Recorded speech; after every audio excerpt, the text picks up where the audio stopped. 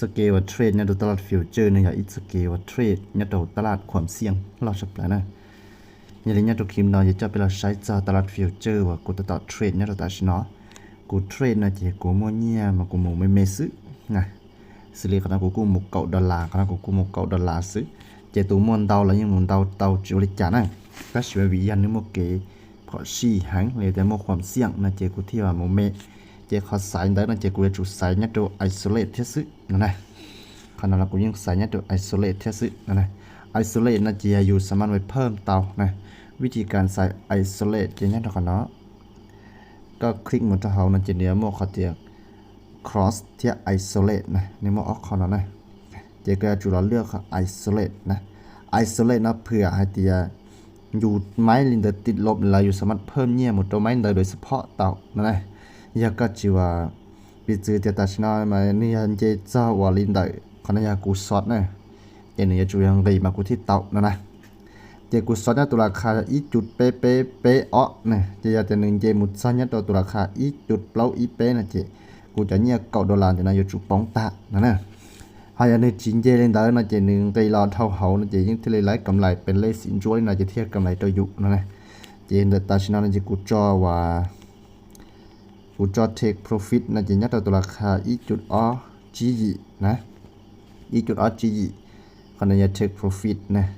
เจียาแต่ละตื่นชันใช้ป้องนะเจนก็จะจุลลองเท่ากับเตากำไรสินจ้วยในรอไหลนะเจก็จะจุตลอดลองจ่อว่า stop profit เทีย loss ขนาดนะเนี่ยขนาดแต่เจก็จะจุดตลอดจ่อขนาดนะขนาด position เนี่ยเจ้า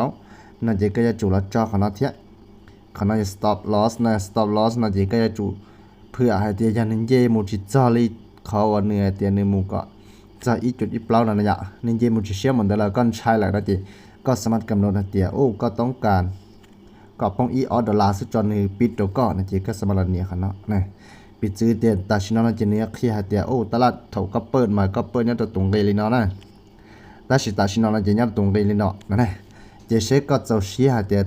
ก็จะปิดเนี่ยตรงเลยจ่าโดยอัตโนมัตินะเจก็ตรงขนาดนะปิดซื้อเตียตัดชินอนกุดเราโดยอีจุดเปจีนะอย่าอีจุดเปจีแต่เนี่ยเจจะอีจุดเปจีเนี่ยเจกูจะป้องลินแต่ว่าอีจุดจ่วยอีเนี่ยเจเนี่ยเสียอัตโนมัติไปเลยนะเจเนี่ยปิดไม้นอนตะกุถ้าฉันจีป้องตากูขันเนี่ยนะอยากกูขันเนี่ยมากูไปไม้นอนมายาว่า$9กูไป$9ถ้าเชียแต่กูจอตัวเล่นลินอซื้อนะเจหนึ่งป้องว่าอีจุดจั่ว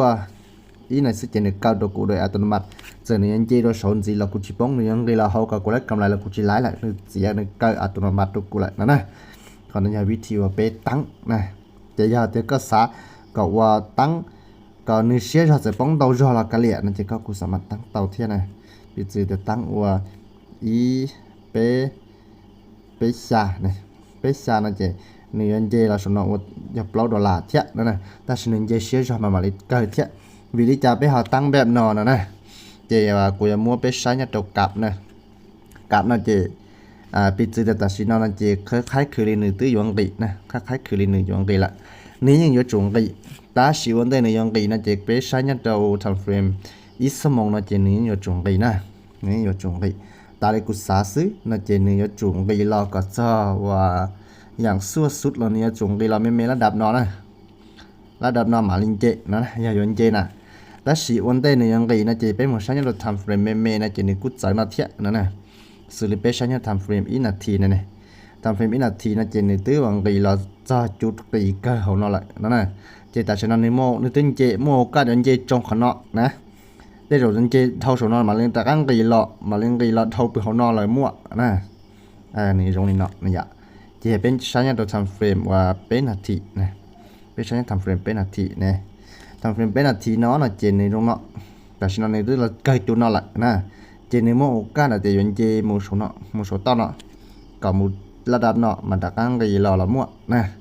มันตะกังกีฬาละมั่วนะเจยาก็ถือไม้เนาะนะเจโมก้าน่ะจะเปลี่ยนในตะกังกีฬาในตะกังเจเนี่ยเจละจงจะเส้นเดี๋ยวเนาะนะเจก็ติดลบตับแต่เชียในมูเปลี่ยนในตะกังรอแล้วเนาะเจก็ตะกังติดบวกเจก็ตะกังไล่กำไรนะขณะนั้นเจยาเกี่ยวไปอยู่ตัวออเดอร์นั่นเองมันจ่ายย้อนแบบเบสเนี่ยก็ซัดแต่โอ้หนึ่งปียนเจละหยอกแต่สินอนในตื้อปียนเจละนะ giờ có họ xài thì ta xin nó này từ ví dụ như chắc chút nó mù tráiไปจะจงนะจะกูติดลบเนี่ยจะปิดนะจะปิดก็ไม่น้อยอย่าปิดแต่สิnóจะเตาขอกำไรไปเจอนะจะยอกขนาดนะปิดเตากำไรไปเจอยอกขนาดนะจะย้ายเป็นจะสุดต้นกูมันก็เปิดด้วยนะนะครับเปิดด้วยอีไม้สิชนเราจะนึงก็อีหลอดนะครับจะหากูสิกูติดก็เตากำไรยอกข้อละนะยอกก็มั่วเสียก็สาลินอนเราก็ยังว่าเตานะยันไหนอยู่ซื้อขนาดนั้นอย่าขนาดจะยันไหนอยู่ซื้อphần đau nó mà lại cho trade giờ để lấy nhân đau lại lấy lại chỉ cho mất share nó chỉ là sai tham frame nhát đầu ít mong ba màn nó nè nhát tham ít mong nhát ba màn nó chỉ nhát để cóว่าเคยสังเกตกับลิจาซื้อnè